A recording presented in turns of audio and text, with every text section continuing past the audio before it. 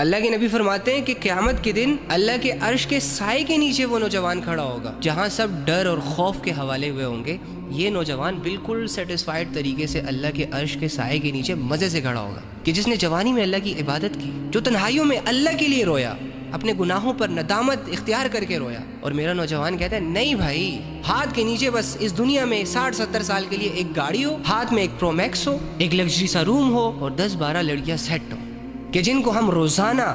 یہ یقین دلائیں کہ میں تیرا ہوں, میں تیرا ہوں, میں تیرا ہوں, میں تیرا ہوں, اور یہ والی ایکٹیویٹیز پرفارم کر کے اپنے اوپر پراؤڈ فیل کرے کہ جی میں بہت کول ہوں, کہ جی میرا شمار تو الفا مینز میں آتا ہے. بس ایک عیاش سی زندگی ہو, ڈر نہ ہو, خوف نہ ہو, سوسائٹی کا پریشر نہ ہو, 30-40 سال کی زندگی صحیح سیٹ طریقے سے گزر جائے, بس یہ خواہش ہے اس کی. اللہ کے عرش کا سایہ وہ تو ہماری نظر میں کوئی ویلیو نہیں رکھتا نا, وہ تو ایک مذاق ہے نا, مرنے کے بعد تو کوئی زندگی نہیں ہے نا. وہ اللہ رب العزت جو کہہ رہے ہیں 50,000 سال کے برابر ایک دن ہوگا, یوں ہی کہہ رہے ہیں نا معاذ اللہ. کافروں کے سامنے جب اللہ کی بات آتی تھی تو پتہ ہے وہ کیا کہتے تھے؟ جب پیغمبر ڈس بلیورز کے سامنے آتے تھے نا اور ان سے یہ کہتے تھے کہ بھائی اپنی زندگیاں چینج کر لو, اپنے اعمال ٹھیک کر لو, جو لوگ اللہ کے محتاج ہیں ان کے محتاج نہ بنو, آزاد ہو جاؤ, اللہ کی فرما برداری کی طرف آ جاؤ, اللہ کی عبادت کی طرف آ جاؤ, یہ بتوں کو پوجنا چھوڑ دو, یہ دنیا کی غلامی چھوڑ دو. تو وہ آگے سے پتہ کیا کہتے ہیں؟ وہ کہتے تھے کیسی باتیں کر رہے ہو, بھلا مرنے کے بعد بھی ہم دوبارہ زندہ ہوں گے, کہ انسان ایک دفعہ مرے گا اور پھر اٹھے گا اور پھر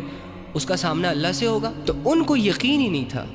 کہ ہم نے کبھی اللہ کو فیس کرنا ہے, اسی لیے جو ان کے دل میں آتا تھا وہ کرتے تھے. لاکھوں کی تعداد میں لوگ شیطان اور نفس کے ہاتھوں کی کٹ پتلی تھے. شیطان اگر چاہتا کہ یہ بتوں کے سامنے جھک جائے, جھکا دیتا,